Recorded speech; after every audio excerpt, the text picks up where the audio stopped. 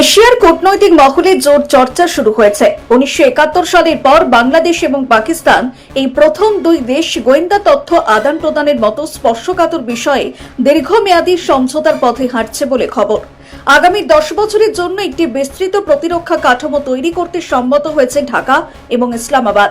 এই চুক্তির মূল লক্ষ্য হবে নিরাপত্তা সহযোগিতা বৃদ্ধি, সন্ত্রাসবাদ মোকাবিলা এবং সীমান্ত সংক্রান্ত তথ্য বিনিময় আরও শক্তিশালী করা।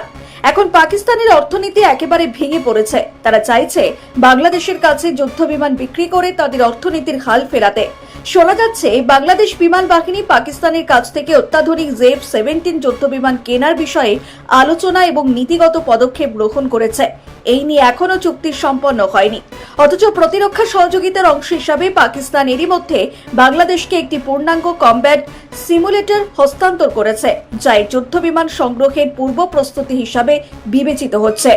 ডিফেন্স সিকিউরিটি এশিয়ার এক প্রতিবেদন অনুযায়ী এটিকে কেবল একটি সাধারণ উপহার হিসেবে দেখার সুযোগ নেই, বরং এটি হতে পারে দুই দেশের মধ্যে বিমান ক্রয়ের চূড়ান্ত চুক্তির আগের একটি বড় প্রস্তুতিমূলক পদক্ষেপ।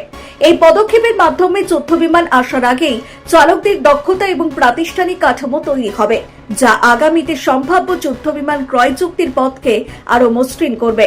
আর এসবের পর বাংলাদেশ আশা করে ভারত তাদের চাল দেবে, তেল দেবে, এমনকি খরার সময় জলও দেবে। আর তার পরিবর্তে বাংলাদেশ ভারতকে উপহার দেবে নিত্য নতুন সন্ত্রাসীদের। তবে ভারত আর সেই পথে হাঁটবে না। বাংলাদেশ যদি ভারতের গুরুত্ব না বোঝে, তবে তাদের ফল ভোগ করার জন্য প্রস্তুত হতে হবে। তবে যুদ্ধের পথে যাবে না ভারত, কারণ বাংলাদেশ স্বাধীন করতে গিয়ে ভারতের 17,000 সৈনিক নিহত হয়েছিল। আসলে যারা বাংলাদেশ চেয়েছিল, যারা বাংলাদেশের জন্য জীবন যৌবন সব দিয়ে দেশকে স্বাধীন করেছিল, তারা কি বাংলাদেশে মাথা তুলে দাঁড়ানোর মতো অবস্থায় রয়েছে? বৈদেশিক চক্রান্তে জঙ্গি আন্দোলনের মাধ্যমে একটি স্বাধীন দেশ আবার পরাধীন হয়ে গেল। যে দেশের অত্যাচার থেকে নিজেদের অস্তিত্ব রক্ষা করতে 30 লক্ষ মানুষ মৃত্যুবরণ করলো, 2 লক্ষের বেশি মা বোনেরা সম্ভ্রম হারালো, আজ আবার সেই দেশের সঙ্গেই নানা রকম চুক্তি করছে বাংলাদেশ। কিন্তু আমেরিকান প্রভুরা এমন ভাবে বাংলাদেশকে জাপটে ধরে আছে যে বিষ পান করছে জেনেও মুখ সরিয়ে নেওয়ার ক্ষমতা নেই বাংলাদেশের। আমেরিকার সঙ্গে গোলামি চুক্তি করার পরও তাই নিয়ে কোনো মহল থেকে কোনো প্রতিবাদ নেই। সংসদের ভিতরে আলোচনা তো সম্ভব নয়, কারণ যারা আমেরিকান মধু খেয়েছে তারা এখন সংসদে। ফলে এই বিষয় নিয়ে কোনো আলোচনা নেই। প্রতিবাদের সুর একমাত্র রুমিন ফারহানার গলায়, বাকিদের মুখে শুধু ভারত বিদ্বেষ। যদিও ভারত থেকে সবকিছু যায়, মানে সুযোগ সুবিধা দেবে ভারত, তারপর আবার ভারত বিরোধিতাও হবে।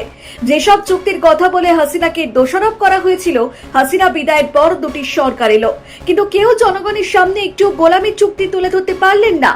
উল্টে আবার ভারতকে হুমকির সুরে স্থানীয় সরকার মন্ত্রী এবং বিএনপির মহাসচিব মির্জা ফখরুল ইসলাম আলমগীর বলছেন, ফারাক্কা চুক্তির মেয়াদ শেষ হচ্ছে এবছরের ডিসেম্বরে। জনগণের সঙ্গে আলাপ করে তাদের চাওয়া অনুযায়ী অবিলম্বে চুক্তি সম্পাদন করতে হবে। মির্জা ফখরুল আরো বলেন, ভারতের সঙ্গে যে সুসম্পর্ক স্থাপিত হবার সুযোগ এসেছে, সেটা নির্ভর করবে ভারতের এই গঙ্গা চুক্তি বা ফারাক্কা চুক্তি সম্পাদনের উপর দিয়ে।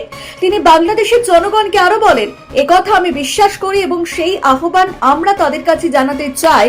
বাংলাদেশের স্বার্থ বিনিষ্ট করে আমরা কখনোই কোনো চুক্তি কাউকে করতে দেব না, এ ব্যাপারে আপনারা নিশ্চিত থাকতে পারেন। মজার বিষয় হলো, আমেরিকার সঙ্গে বাণিজ্য চুক্তি নিয়ে কারো মুখে কোনো কথা নেই। এরই মাঝে আবার বাংলাদেশ ও পাকিস্তানের মধ্যে নতুন প্রতিরক্ষা সহযোগিতা চুক্তিকে ঘিরে দক্ষিণ এশিয়ার কূটনৈতিক মহলে জোর চর্চা শুরু হয়েছে।